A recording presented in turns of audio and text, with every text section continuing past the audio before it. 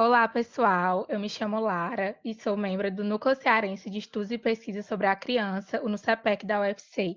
E hoje nós chegamos com mais uma edição do nosso podcast, o segundo NUCECast.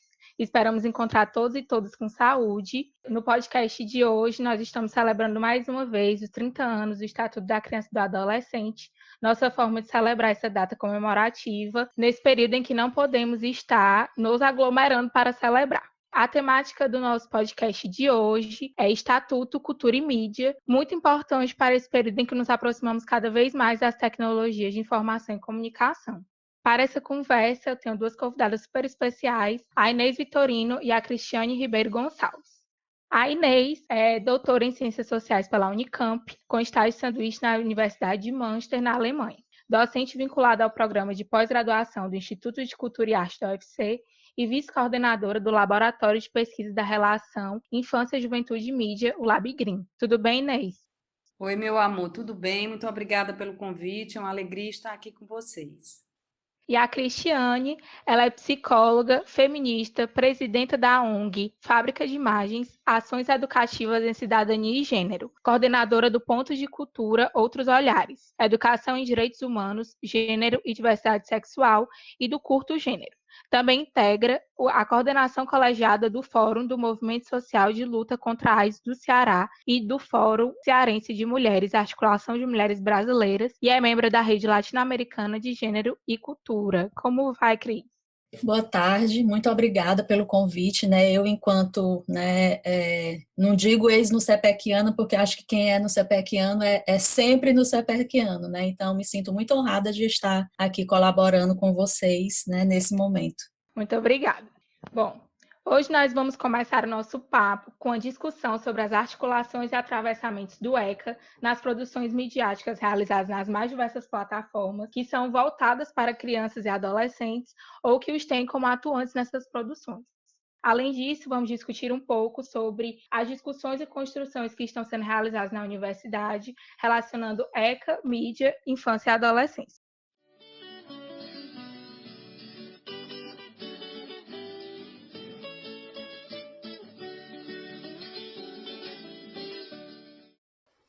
Além da Constituição Federal, que reconhece a criança como prioridade, o ECA, que comemora seus 30 anos de existência, é uma peça central na defesa e na promoção dos direitos das crianças na comunicação. A gente sabe que alguns direitos são mais lembrados que os outros, né? O direito à saúde, à educação, à vida, entre outros, eles, em regra, são muito mais lembrados do que o direito à comunicação. Mas a gente não pode esquecer, como colocado no relatório MacBride da Unesco, que a comunicação é o único direito que pode potencializar ou limitar o acesso a outros direitos, já que inclui no escopo maior desse direito à comunicação o direito à informação. Como é que a gente exerce direito se a gente não tem o conhecimento da existência desses direitos? Eu acho que essa é uma primeira questão para a gente refletir nesse contexto de pensar as relações de crianças e adolescentes, ainda em formação, com a questão ou com as questões da comunicação. Ora, se eu não sou informada que tenho um determinado direito, se eu não estou ciente das responsabilidades dos agentes do Estado e seus governos, e ou das instituições da sociedade, as mais diversas, né? Podem ser as instituições desde a escola, às universidades, as responsabilidades das plataformas, as responsabilidades das empresas, né? Que também são responsáveis por assegurar o exercício da cidadania. Esse exercício da cidadania e desses direitos fica muito comprometido, né? Então, pensar aqui uma questão muito simples e mais banal na área de saúde. Como é que você sabe que tem que vacinar uma criança? Porque as campanhas são feitas orientando as pessoas sobre datas, sobre processos, sobre momentos, né, em que isso é feito e da importância disso. Agora, vamos tentar lembrar aqui. Quantas vezes a gente viu uma empresa de comunicação promovendo uma reflexão, um debate público sobre os conteúdos que ela apresenta, sobre as campanhas de ódio que circulam, por exemplo, na internet, o desrespeito aos grupos minoritários, né? O desrespeito às mulheres, o desrespeito aos negros, os desrespeitos a toda a comunidade LGBTQ+.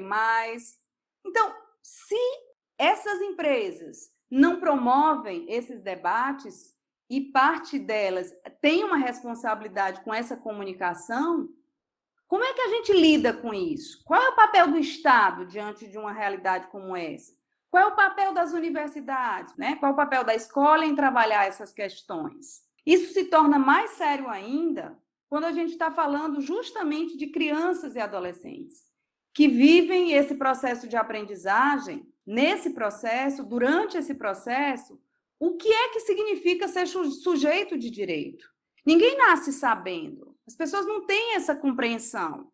Isso é uma discussão e uma construção coletiva quando a sociedade entende que as pessoas têm direito à saúde, à educação, à comunicação de qualidade. E aí, quando a gente fala em comunicação de qualidade, é um direito, eu já ampliei da informação. E eu trago o direito a uma comunicação de qualidade. O que é uma comunicação de qualidade para com crianças e adolescentes? Há muitos aspectos que a gente poderia trazer aqui, mas eu chamo em especial a atenção o direito a ter acesso à diversidade de culturas. Nosso tema hoje passa pela cultura. Então, nós não podemos estar apenas centrados no universo e no contexto em que a gente vive, mas a gente precisa conhecer também o contexto que a gente vive. A gente só reconhece a diversidade quando a gente é capaz de olhar o nosso lugar e o lugar do outro e respeitar o lugar de cada um. E isso é um processo de aprendizado. Ora, se num contexto como esse que nós estamos vivendo hoje, em que há uma pandemia, as empresas de comunicação e, na atualidade, o atual governo faz questão de reforçar que o vírus veio da China e fica dizendo isso o tempo inteiro, isso cria uma visão negativa em relação aos asiáticos, né? A todos eles, inclusive, indiscriminadamente. Né? Então, é importante que a gente pense nesse lugar, que é um lugar de formação. Então, assim, a quem cabe fiscalizar tudo isso? Quando há mensagens de ódio na internet, as plataformas não têm responsabilidades com isso? Será que não? Será que não? Será que é um espaço apenas para eles ganharem dinheiro? Não é? Então, é muito importante que a gente problematize, que a gente vá pensando junto nessas questões, né? Então, hoje, a gente tem nas redes sociais uma presença expressiva de crianças e jovens que atuam como agentes de comunicação.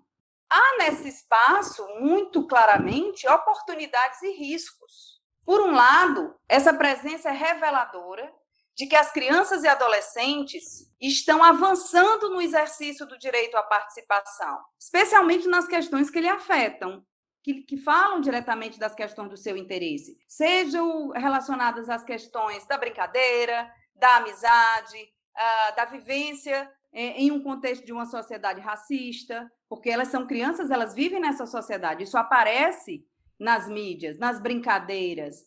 Há discriminações disseminadas em playlists como se fossem brincadeiras, em que eu faço discriminação na relação entre o rico e o pobre, onde o rico é o limpo, o pobre é o sujo. Brincadeira? Será que isso é brincadeira? O que a gente está reproduzindo nesse tipo de discurso, né? Então, eu estou começando a tratar aqui de que há outras questões que não dizem respeito só às oportunidades, ao bom exercício do direito à participação. A gente tem crianças que se tornam influenciadores digitais num circuito marcado por uma lógica comercial, que impulsiona vigorosamente e cotidianamente o consumismo, onde a gente tem o uso discriminado do merchandising, por exemplo, em canais de youtubers e de instagramers, que evidenciam claramente a prática ilegal de fazer publicidade dirigida às crianças. Isso é a revelia do que dispõe o Código do Consumidor e a Resolução 163 do CONANDA. E esses são canais com milhões de usuários. Aí eu vou dizer assim, eu vou culpabilizar, eu vou responsabilizar essa criança por isso? Não, mas essa criança, por trás dela, ela tem pais, por trás dela, ela tem produtoras especializadas, por trás dela, ela tem uma plataforma que lucra assustadoramente com os lucros que essa plataforma traz, né? Então, é preciso pensar isso para além de uma relação em que se supõe que a criança é um nativo digital, solta ela no mundo. A gente não solta uma criança numa praça pública, sozinha, sem um acompanhamento, sem uma orientação de como ela atravessa uma rua. Então, a internet, ela demanda isso também, né? Então, se a gente resgata o que está disposto no Estatuto da Criança e do Adolescente, precisamos enfrentar essa situação compreendendo que a proteção e a promoção da criança e do adolescente é uma responsabilidade compartilhada, na qual o Estado, os anunciantes, as plataformas, os pais e o conjunto de profissionais que atuam com esse segmento têm suas responsabilidades para com elas e devem prestar conta dessas responsabilidades. Se a criança, como dispõe a nossa Constituição, é considerada prioridade absoluta, isso precisa estar efetivado para além de discursos, nas práticas cotidianas de todos esses agentes, né? E a gente sabe o tamanho desse desafio. Então, eu deixo aqui algumas perguntas, estou respondendo uma pergunta, mas eu faço questão de deixar outras perguntas, para que a gente continue esse debate na reflexão, pelos dias que hão de vir, nas conversas que a gente vai estabelecer com amigos, com familiares, com profissionais. E faço uma pergunta a você que está ouvindo a gente nesse momento. Você conhece os seus direitos digitais? Você já ouviu falar, por exemplo, no direito ao esquecimento nas redes sociais? Você se sente seguro quanto ao uso que é feito dos seus dados? Como é que está sendo feita a coleta dos seus dados? Já leu os termos de consentimento que os aplicativos exigem para ser baixados gratuitamente? Deixo essas questões com você para a gente fazer. Você é um adulto, provavelmente que está ouvindo a gente falar. E como se trata de criança, né? Nós escutamos muito que as crianças são nativos digitais. E sim, é verdade. É verdade que elas lidam com as mídias de forma muito intuitiva. Isso é um lado da questão. Mas ela não lida com a mesma facilidade com esse conjunto de questões que remetem a questões centrais, como o uso de dados, questão da segurança na internet, da privacidade, da ética na produção e no compartilhamento de conteúdos, né? Entre outros que eu poderia citar aqui, né? E aí é interessante, né? O NUCEPEC é um núcleo pelo qual eu tenho um imenso carinho, né? Aprendi também no convívio com muitas iniciativas do NUCEPEC, e é importante, então, a gente reconhecer. O NUCEPEC digamos assim, é um desses espaços dentro das universidades brasileiras onde os direitos das crianças estão sendo discutidos, né? Vide aqui esse podcast, né? Então, a gente pode dizer que em várias universidades brasileiras há experiências que reconhecem, valorizam e potencializam a participação das crianças na comunicação.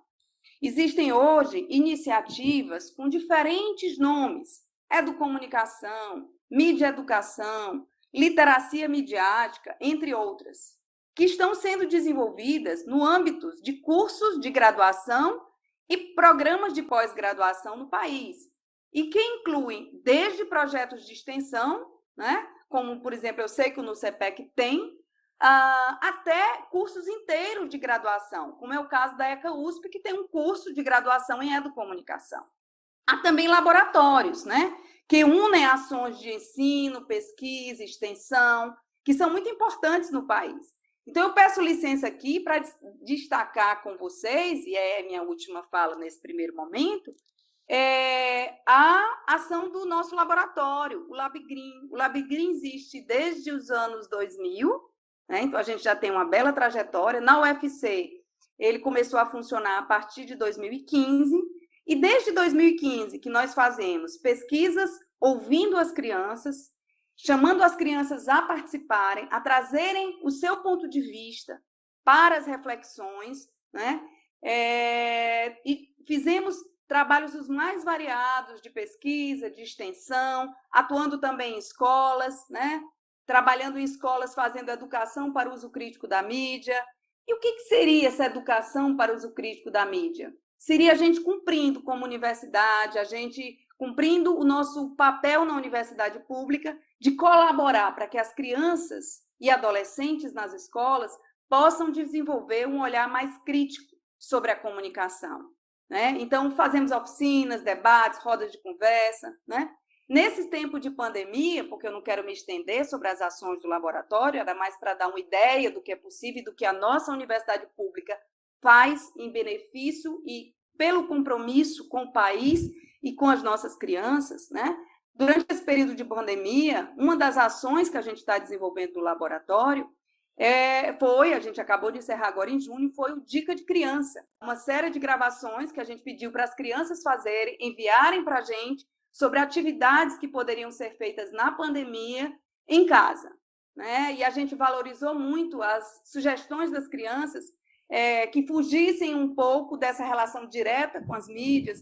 Então, foram sugestões incríveis que elas trouxeram, resgate de brincadeiras, né? Coisas que você pode fazer com papel, caneta. Então, nós estamos com toda essa série à disposição, né? Mas esse é um pequeno exemplo, né, de um tipo de atividade em que as crianças falam para outras crianças sobre o seu ponto de vista, sobre as questões que lhes afetam. Nesses vídeos também, algumas crianças fizeram questão de mostrar para outras crianças como elas já estavam entendendo a necessidade de cuidado, de lavar as mãos, de usar máscara, de ficar em casa, né? Então, é uma forma da criança participar nesse processo, né? Agora, eu diria que há muitos níveis de participação. Nas redes, por exemplo, a gente vê as crianças participando mais na condição de prosúmeros, né? Que é um conceito bastante utilizado na área de comunicação, disponível, por exemplo, no livro do Jenkins, né, o Cultura da Convergência, ou Cultura da Participação, que é possível acessar para quem quiser ter informações adicionais, mas há níveis e níveis de participação. Muitas vezes o que se quer da criança, quando se abre processo de comunicacional, é que ela use a técnica para fazer um registro da escola, é que ela use a técnica que ela aprendeu para fazer uma fotografia de um evento da escola. Quando a gente fala em educação para o uso crítico da mídia, vai muito além disso. É a criança se apropriar e ela produzir aquilo que é de interesse dela também, não é? Não é apenas o que os adultos querem que ela produza, é o que ela deseja produzir. E também não é aquilo que ela vai produzir simplesmente para ganhar curtida, mas é que ela vai produzir porque ela acha que é importante conversar sobre aquele assunto, né? Então, aqui eu faço um pouco as diferenças entre os tipos de participação e finalizo essa minha primeira fala com dizer de que o nível mais difícil de participação da criança nos processos comunicacionais é a participação na gestão, nas decisões sobre onde postar, como postar, o que conteúdos fazer. Eu conheço inúmeros projetos que têm, muitas vezes até decorrentes de políticas de Estado, políticas de determinado governo, né, em que o discurso é da participação infantil, mas quando você vai se aproximar do processo, a criança não decide, ela faz. E há uma diferença muito grande aqui. Quando a gente fala de participação, a gente fala em cogestão. É isso para esse primeiro momento. Muito importante, Inês, os questionamentos que você nos deixa e as várias coisas que você trouxe para nos fazer pensar, né? É sempre importante a gente pensar em como estamos possibilitando que as crianças atuem como sujeitos de direito e como elas podem ser ativas nesses processos de exercer os direitos, e especialmente esse direito à comunicação, o direito à informação, que são coisas tão pertinentes para como a gente tem vivenciado as várias atividades da nossa vida, o nosso cotidiano nesse período, né? Muito obrigada. Cris, você quer acrescentar alguma coisa? Não, eu queria só reforçar, né? Achei muito importante nessa fala da Inês, né? Quando ela remete à questão do acesso à informação, né, para o exercício da cidadania e o reconhecimento de direitos, né, porque a gente só consegue, não é, reconhecer os nossos direitos se a gente realmente tem acesso a essas informações, né. Por isso que está aí o próprio Estatuto da Criança e do Adolescente, né, a Lei Maria da Penha. Se as mulheres não têm acesso ao que é a Lei Maria da Penha, né, como é que elas vão buscar, não é? Buscar os serviços, né? Buscar a rede de apoio, né? Então, acredito que essa é um primeiro passo, né? Para a gente reconhecer os nossos direitos, é justamente o acesso à informação, né? E uma outra coisa que ela falou também que eu achei, né? Assim, o questionamento que ela fez, né? Sobre as crianças, né? Influenciadoras digitais, não é? Como isso tem crescido muito, né? Nas redes sociais, né? As chamadas blogueirinhas, né? E justamente estimulando o consumismo de crianças muito pequenas, né, postando roupas, né, marcas, né, de roupas, né, e isso até que ponto, né, isso também não é uma forma da gente, não é, fazer esses questionamentos, né, e de que forma essas crianças também estão acessando essas redes sociais, não é? De uma certa forma, claro, né, com a influência dos pais, né, com a influência de quem acompanha, né, essa criança no dia a dia, né, mas isso realmente é algo para a gente, né, se questionar e se preocupar, né, com esse crescimento, né, dessas crianças influenciadoras. Eu acho que era isso, Lara, minhas considerações. Gostei muito dos questionamentos que Inês trouxe. Obrigada, Cris.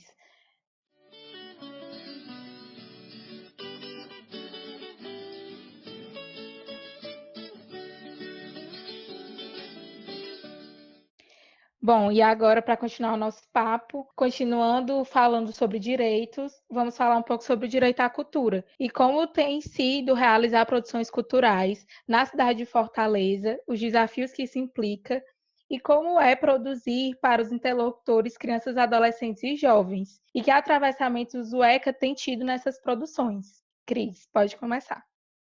Bom, gente, para a gente começar a falar, né, um pouco sobre essas questões, né, que a Lara colocou, né, eu vou falar inicialmente sobre as ações que a Fábrica de Imagens, né, tem realizado, né, e essas ações voltadas, né, justamente para o público, né, de crianças e adolescentes, né. A gente tem algumas ações, né, específicas para crianças e adolescentes, né. Temos um projeto que a gente chama de projeto Cacto, né, que é justamente um projeto de formação, de produção técnico e estética, né, que é justamente nos cursos, né, voltados para a questão do audiovisual e da fotografia, né, mas não apenas, né, uma formação técnica e estética, né, mas também uma formação política. Até porque nesses cursos, né, o interessante é que os jovens, né, os adolescentes e jovens têm as formações na área técnica, né, de audiovisual e fotografia, mas eles também têm uma discussão política nas áreas de gênero, diversidade e direitos humanos. Até porque a produção, né, que ao final dos cursos, né, eles vão trazer, né, que no caso o pessoal do audiovisual vai fazer curtas e o pessoal da fotografia vai fazer ensaios fotográficos, né? Essas produções elas vão abordar justamente essas temáticas, né, que a Fábrica de Imagens trabalha. Um outro projeto, que é um projeto entre pares, é um projeto voltado prioritariamente para as escolas públicas, né, de Fortaleza, e o nome é Entre Pares, por quê? Porque são ações, né, conduzidas por jovens, né, que já passaram pelo processo de formação na Fábrica de Imagens, que vão até as escolas falar com seus pares, né? E além dessas mostras audiovisuais, né, são também levados debates, né, sobre a questão da prevenção às ISTs HIV e AIDS, sobre assédio, sobre violência, né? Então, várias temáticas que são abordadas a partir dessas mostras audiovisuais. E temos especificamente duas ações, né, que são voltadas para o público infantil, que é o Cineclube de Ponta Cabeça, né, que é um cineclube, inicialmente ele é pensado para as crianças da comunidade da Maraponga, né, que é onde a Fábrica de Imagens está inserida, né, onde fica a nossa sede, mas também já aconteceu em algumas situações a gente fazer umas itinerâncias, né, com esse cineclube. E o Colorindo Gênero, que é uma atividade recente, não é? Uma atividade que, inclusive, já teve a parceria, não é? Durante os dois últimos anos, né? A parceria com o NUCEPEC, não é? E também com o LabGreen, que é essa ação do colorindo gênero, ela está inserida dentro, né, do curto gênero, que é um projeto mais amplo, um projeto maior que a Fábrica de Imagens tem. Essas duas ações, né, elas visam promover a cidadania, não de um modo difuso, né, mas abordando questões como direitos humanos, né, e diversidade, né? E assim, a gente sempre busca nessas atividades, nessas ações, né, nesse trabalho com crianças e adolescentes, trazer uma perspectiva descolonial, ou seja, despertar outras formas, né, dessas crianças e adolescentes olhar o mundo, né, favorecer indagações, né, introduzir, né, outras brincadeiras, outras atividades lúdicas, né, pouco comuns, né, principalmente nesse contexto, né, como a Inês, né, bem colocou, né, um contexto onde essas tecnologias, né, têm conseguido mais espaço. Essas atividades também visam despertar a coletividade, né, o brincar junto, a solidariedade, uma perspectiva mais comunitária mesmo, de compartilhamento, né, que fortaleça essa sociabilidade maior entre as crianças e adolescentes, além da percepção e contato, né, com outras culturas, né? Por exemplo, no Colorindo Gênero, né, especificamente, a gente tem algumas atividades, algumas brincadeiras, né, que são brincadeiras, né, que abordam outras culturas, como no caso a ciranda africana, né, que ao mesmo tempo que as crianças vão dançando, vão brincando, também vão ouvindo, né, histórias, né, tem uma contação de histórias, né, da cultura africana. Temos também umas oficinas, né, tanto oficinas, né, como já aconteceu, de pintura indígena, né, que uma companheira, né, da etnia Tremembé, que é a Thelma, ela conduziu essa oficina, né, de pintura indígena, trazendo também alguns brinquedos, né, que as crianças indígenas utilizam. Uma oficina de abayomi, que é uma boneca, né, negra, né?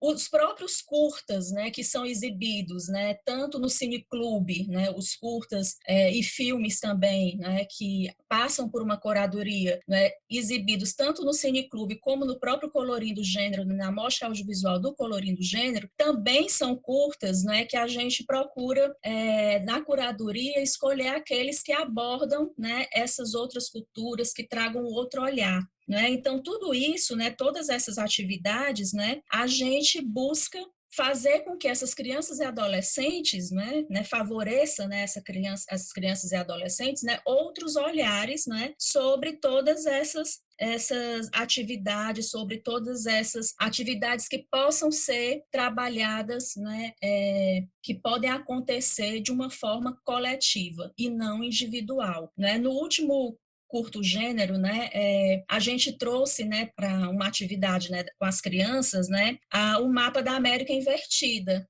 E aí, justamente para trabalhar isso, né, essas indagações, né, por que a América está invertida, né, o que é que isso, né, nos traz, o que é que isso, né, pode contribuir, né, mas é justamente para as crianças poderem olhar de uma outra forma, né, poder se perguntar, poder fazer essas indagações, né. Então, eu acho que a perspectiva da Fábrica de Imagens, né, nesse trabalho, né, justamente com crianças e adolescentes, é muito nesse sentido, né, nessa questão de trazer temas, né, temas sociais, temas políticos, né, e serem trabalhados, né, que esses temas sejam trabalhados de uma forma lúdica, de uma forma coletiva, né, de uma forma solidária, né, que promova essa solidariedade, né, entre as crianças, né, e não apenas, né, num contexto individualizado.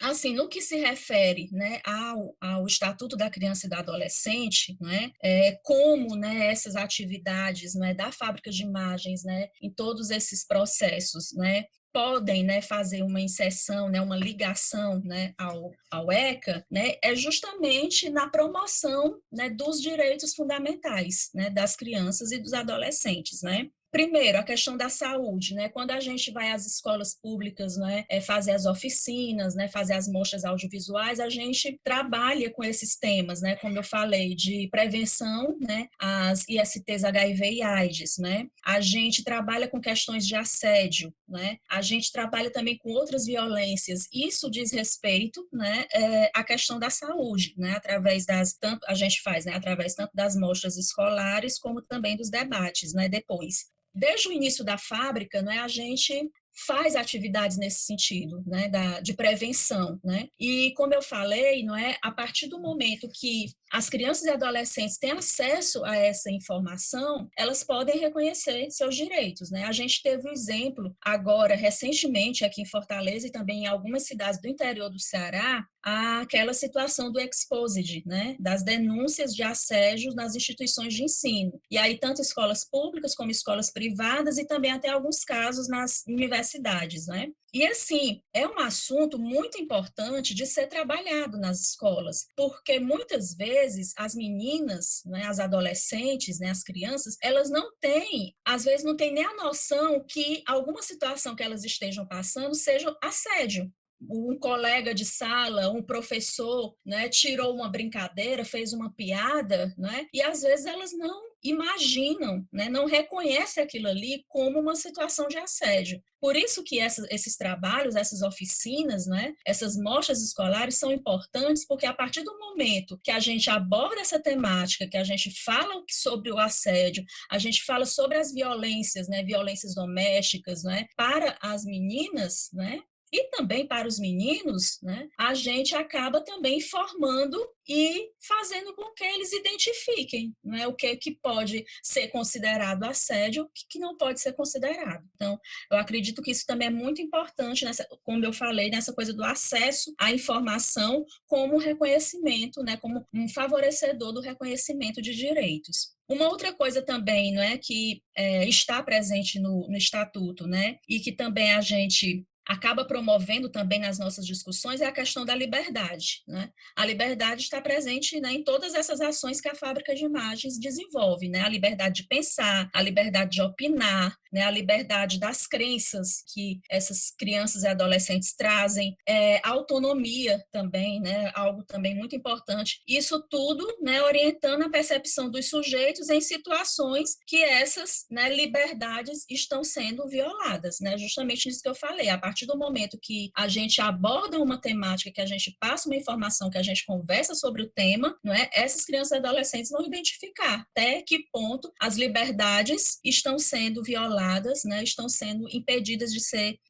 exercidas. Uma coisa também que a gente percebeu, né, nos últimos 2 curto gênero, né, que a gente levou crianças de escolas públicas, né, de Fortaleza, uma professora, né, de uma escola, né, que a gente conseguiu levar, ela relatou como essas crianças ficaram impressionadas e alegres por estarem saindo, não é, do seu contexto e indo até o Dragão do Mar, né, que é onde ocorreu, né, o curto gênero, né? Para muitas dessas crianças, elas nunca tinham saído, né, do bairro, né?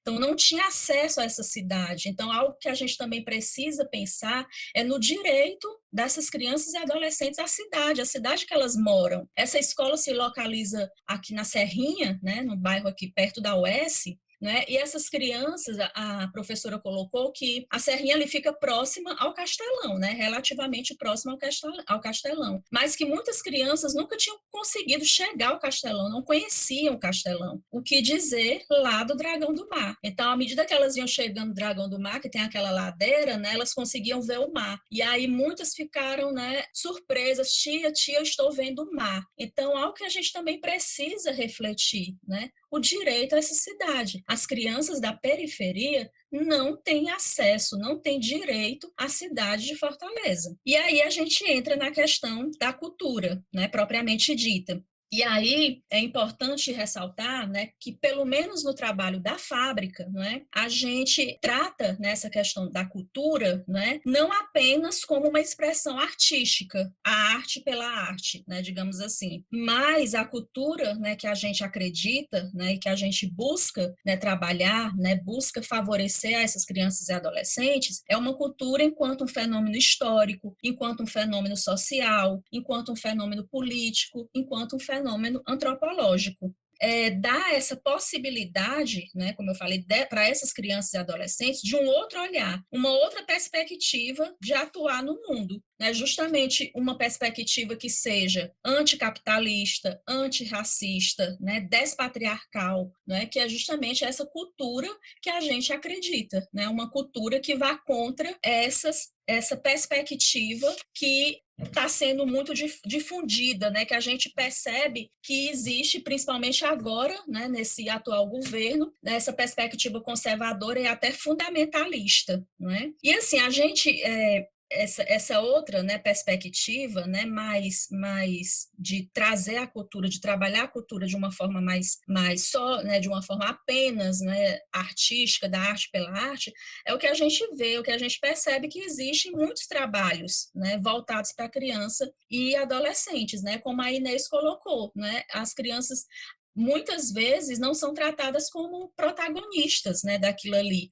Elas apenas recebem algo que vem já construído, né, já elaborado para elas, né? E assim a gente busca justamente contra, né, a essa forma de atuar com crianças e adolescentes, porque muitas vezes elas são justamente enquadradas, né, nos parâmetros de uma sociedade, né, de mercado, uma sociedade colonizada, que não estimula, né, esse espírito crítico, né, essa construção, né, esse protagonismo desses sujeitos. Né? Então, a gente na fábrica, né, busca justamente ir contra, né, a esse modelo imposto por essa sociedade, né? Essa sociedade patriarcal, como eu falei, colonizada, né, capitalista, né? A gente tenta ir contra, né, a esse modelo. E assim, né, já finalizando, né, a minha fala, não é que desafios, né, a gente encontra no exercício desse trabalho, né, dessa atividade. Enquanto uma organização não governamental, né, a Fábrica de Imagens é o primeiro desafio assim que a gente sempre enfrenta é o desafio financeiro. É uma organização não governamental, acredito que todas e todos sabem, né, que depende de financiamentos, né, de apoios financeiros de algumas instituições, né. Então, até assim algumas atividades, né, a gente consegue realizar de forma voluntária, né. Mais atividades como, por exemplo, o curta o gênero, né, o colorindo o gênero, atividade para crianças e adolescentes que está dentro do curto gênero, a gente já precisa, né, de um aporte financeiro maior, né? Alguma, por exemplo, o cineclube já a gente consegue fazer, né, sem esse apoio, né, porque é uma atividade dentro da sede da instituição, né, que não tem muitos gastos, mas infelizmente nesse contexto de pandemia, né, essas atividades presenciais não estão acontecendo, né? Uma outra coisa também que é um desafio, né, algumas vezes para a gente, é a interlocução com algumas escolas, quando a gente vai fazer os trabalhos, né, nas escolas, né? Embora grande parte, né, a gente tenha, não é, uma excelente parceria, mas algumas, claro, têm certas resistências, certos preconceitos, principalmente por conta dos temas, né, que a gente, né, aborda, né, que a gente desenvolve. Algumas ainda, né, seguem, né, esse modelo, né, conservador, embora a gente tenha já evoluído bastante. Mas, infelizmente, em algumas situações, claro, situações mais isoladas, a gente ainda encontra, né, essas resistências. E também, assim, por fim, um último desafio também, que é justamente por conta dessas temáticas, né, de gênero, de feminismos, diversidade sexual, que a Fábrica de Imagens trabalha, às vezes a gente tem que ter uma certa cautela, né, nos diálogos, né, com as parcerias, né, uma delicadeza, um cuidado também na forma da gente abordar, né, esses temas, né, na abordagem desses temas, principalmente, né, como eu já falei, no contexto conservador, né, e até fundamentalista que temos vivenciado. Nunca tivemos, né, grandes problemas, né, algumas situações, mas situações que com uma conversa, com o diálogo, né, a gente consegue administrar, né? Nunca tivemos problemas sérios em relação a isso, não, né? Inclusive, até a gente, né, nos últimos anos, né, do curto gênero, a gente até meio que se preparou, né, para alguma possível, né, digamos assim, abordagem, né, de algumas pessoas mais conservadoras em relação a esses temas, mas, assim, nunca aconteceu. Por enquanto, a gente tem desenvolvido, né, as nossas ações, os nossos trabalhos, né, sem grandes dificuldades nesse sentido. Mas, assim, continua sendo, né, reforço, um desafio para a gente sempre, né, buscar esse cuidado, né, na abordagem dessas temáticas. E, assim, eu finalizo, né, convidando a todas e todos, né, para seguir as nossas redes sociais, né, tanto da Fábrica de Imagens como do Curto Gênero, né. A gente tem sempre, nesse período agora, né, de pandemia, né, que as atividades precisaram, né, sofrer algumas mudanças, a gente tem colocado, né, procurado colocar, alimentar mais essas redes sociais, a gente tem divulgado os nossos projetos, né, os projetos que a gente desenvolve, a gente também vai entrar agora numa linha, né, de produção de textos sobre algumas temáticas que a Fábrica de Imagens vem trabalhando. E aí também, assim, em relação ao curto gênero, né, a gente realizaria o curto gênero em novembro, só que por conta desse contexto de pandemia, a gente tem pensado em adiar. Esse ano a gente fazer, né, mais atividades, né, como essas, né, atividades virtuais, né, lives, próprio podcast, né, que é uma ideia interessante, para não também a gente ficar sem nenhuma ação ligada ao curto gênero, né, nesse segundo semestre. Mas tudo isso mobilizando para uma atividade presencial, mesmo para o próximo ano, né? A gente tem pensado, né, nessa possibilidade, né, diante desse contexto, né? Porque, assim, o principal, né, digamos, objetivo, né, do curto gênero, né, além de, claro, né, todas as discussões que são trabalhadas, mas justamente a gente busca essa questão do afeto, né, da proximidade, do contato, né, da coisa presencial mesmo. Então, isso é muito importante para a gente, né? E aí, por conta, né, desse contexto, né, a gente prefere adiar do que realmente fazer todas as atividades, né, virtuais, como algumas pessoas têm até feito, alguns webinários, alguma coisa assim, mas a gente ainda vai focar no presencial e agora, né, nesse segundo semestre já fazer algumas ações, né, chamando, né, para o evento maior. E aí convido também quem tiver interesse, né, a construção, né, a produção do curto gênero é uma construção coletiva, a gente sempre convida pessoas, não só do movimento social, mas das universidades, a gente tem feito ótimas parcerias, né, com os núcleos de extensão, né, da UFC, da UES, da Unilab, não é? Por isso que se estreitou mais o laço, né, com o NUCEPEC, né, embora tanto eu quanto o Marcos, né, que é o outro diretor da fábrica, somos cria, né, do NUCEPEC. Eu acho que começamos, né, toda essa coisa de movimento social dentro do NUCEPEC, mas assim a gente é aberto, né, para essas colaborações, né, de quem quisesse chegar, entre em contato com a gente, né, pelas redes sociais e a gente vai somando, né, para construir, não é, essas atividades, né, como Colorindo Gênero, né, que é a atividade mais específica para crianças e adolescentes, né, de uma forma bem interessante, né, bem legal, como a gente vem fazendo nesses últimos anos. Então, de início, é isso, minhas colaborações, minhas considerações, e aí eu fico aberta para as colocações de vocês. Obrigada, Cris. É sempre importante a gente pensar sobre essas outras formas de estar com as crianças e com os adolescentes, essas outras formas de se fazer com que a gente estimule que realmente atuem como sujeitos de direitos e agentes ativos.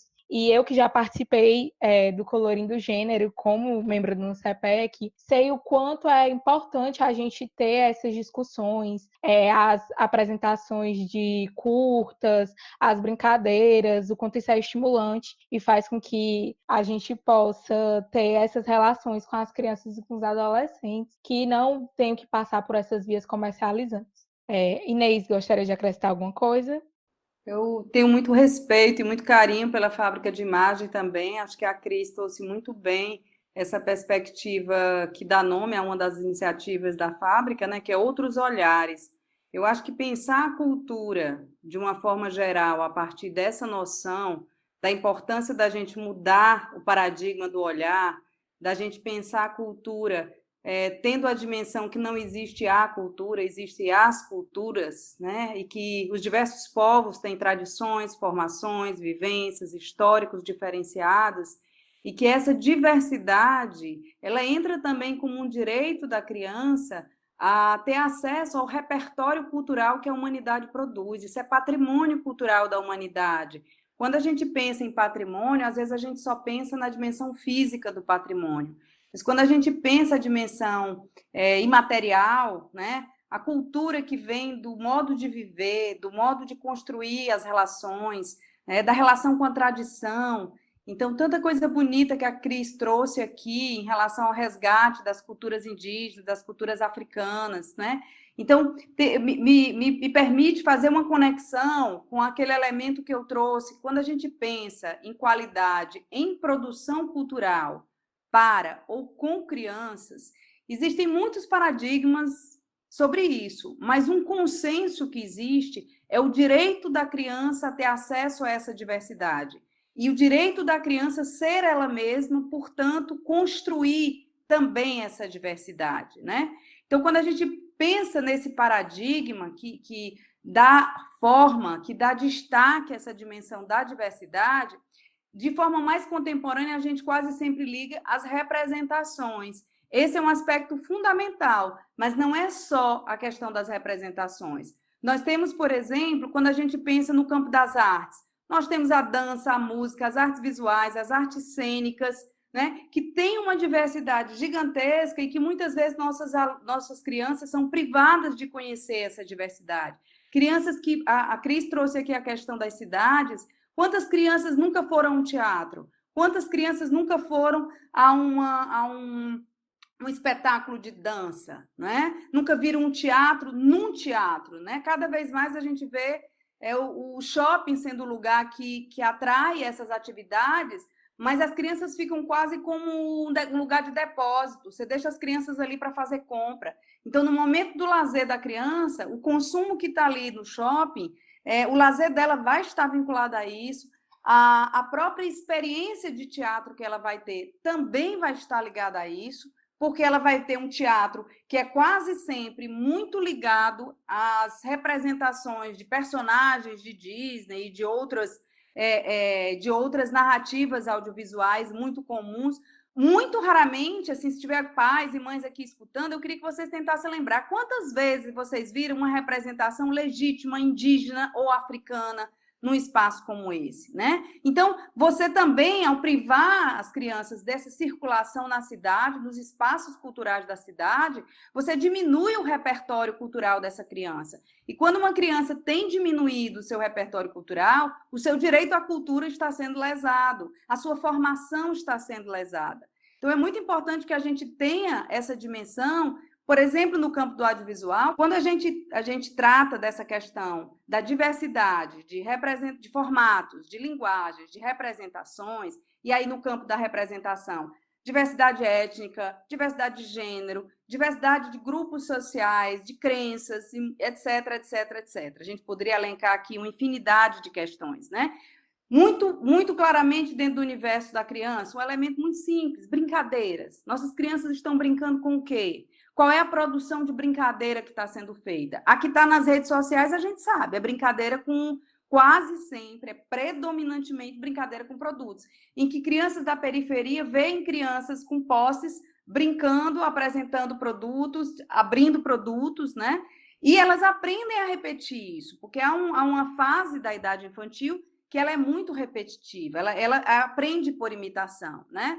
E aí, então, é muito importante a gente pensar qual é o referencial de repertório cultural que a gente está aprendendo. Se a gente vai, por exemplo, no interior do Ceará e encontra a Fundação Casa Grande, a gente vai ver lá que as crianças produzem na gibiteca, produzem gibis, produzem programas de rádio, produzem programas de TV, na verdade, de vídeo, né? Porque o programa de TV deles foi fechado, né, alguns anos atrás. Então, eles estão fazendo a Web TV.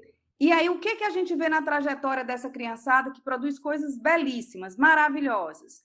Eu vou trazer aqui 2 elementos para finalizar essa minha fala. O primeiro é que antes das crianças produzirem, ou correlata ao processo em que a criança está produzindo, elas estão tendo acesso a uma ampliação de repertório. Elas vão numa biblioteca de referência, elas vão na Gibiteca, elas consultam a DVDteca, veem o universo de produções audiovisuais que estão disponíveis, e a partir daí, dessa ampliação de repertório, que a gente começa a ver um olhar muito mais preparado, muito mais competente, um olhar também muito mais crítico em relação ao que é oferecido a eles, né?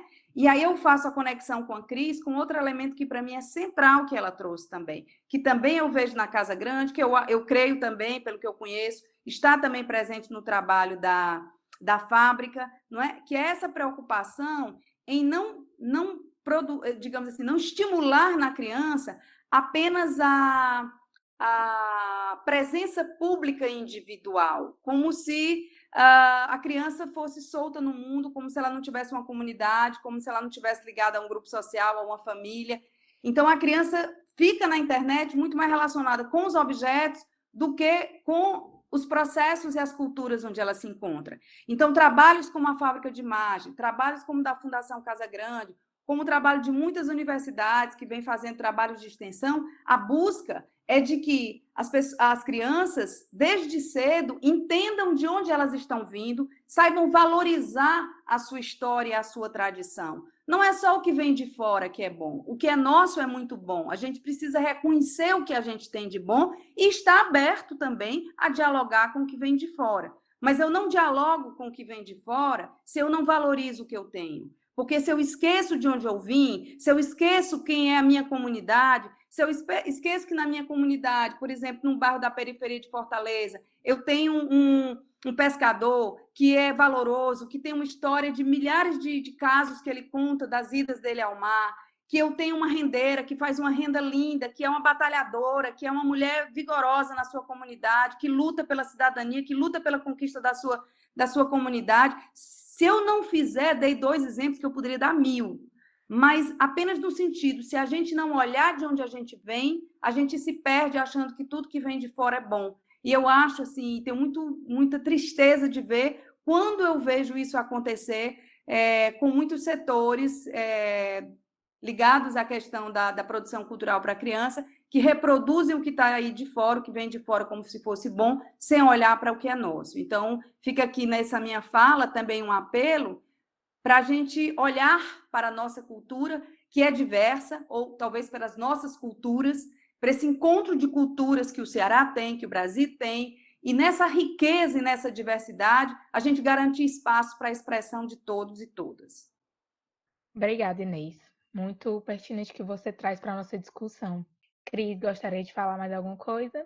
Não, acredito que já contemplamos, né, várias questões. Só mais uma coisa, reforçar, né, como a Inês estava colocando, né, a gente não quer, né, dizer que a internet, né, que as tecnologias, as novas tecnologias não sejam importantes, não sejam boas, né, mas a gente também tem como, né, a Inês colocou, aproveitá-las, né, de uma forma interessante no trabalho com crianças e adolescentes, né, não reproduzindo o que já existe, o que já vem, não estimulando o consumismo, mas justamente, né, procurando fazer com que essas crianças e com que esses adolescentes pesquisem, né, estudem, né, outras culturas, né, o seu próprio lugar, né, na cidade, né, na periferia, né, no seu bairro, e com isso possa produzir excelentes conteúdos, excelentes trabalhos.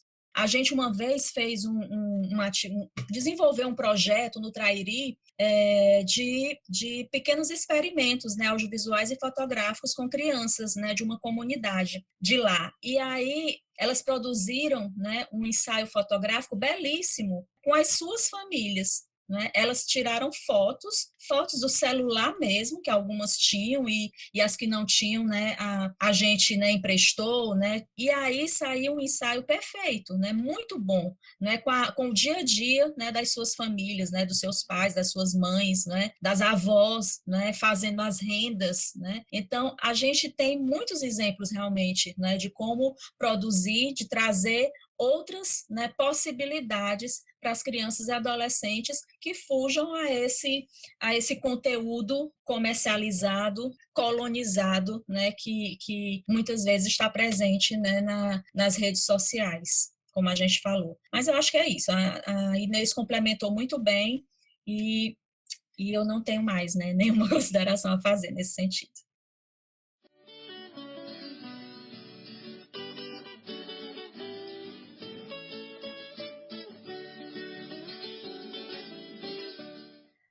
Bom, agora ao final eu gostaria de agradecer a essas nossas duas convidadas, que assim como o que a gente tenta fazer no CEPEC, estão implicadas com os direitos de crianças e adolescentes, tanto individualmente quanto em seus coletivos, e nos ajudam a pensar sobre o direito à cultura, sobre o direito à comunicação, o direito à informação, e nos ajudam a ver como nós podemos atuar frente a isso. Nós agradecemos muito o NUCEPEC e eu, Lara.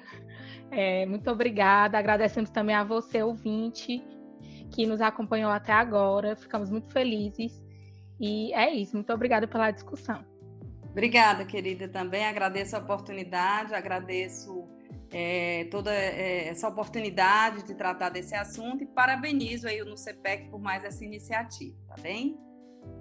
Muito obrigada também pelo convite, né? Muito obrigada pela confiança, fiquei muito feliz e adorei, né, participar, compartilhar com a Inês, né, que também é uma pessoa que a gente já é parceira, né, que a fábrica é parceira, né, do Lab Green, né, a gente já teve em outros momentos, então para mim é sempre um prazer, também um respeito recíproco pelo trabalho que ela desenvolve junto com o Lab Green. Um beijo grande. É isso, um abraço virtual a todos e todas.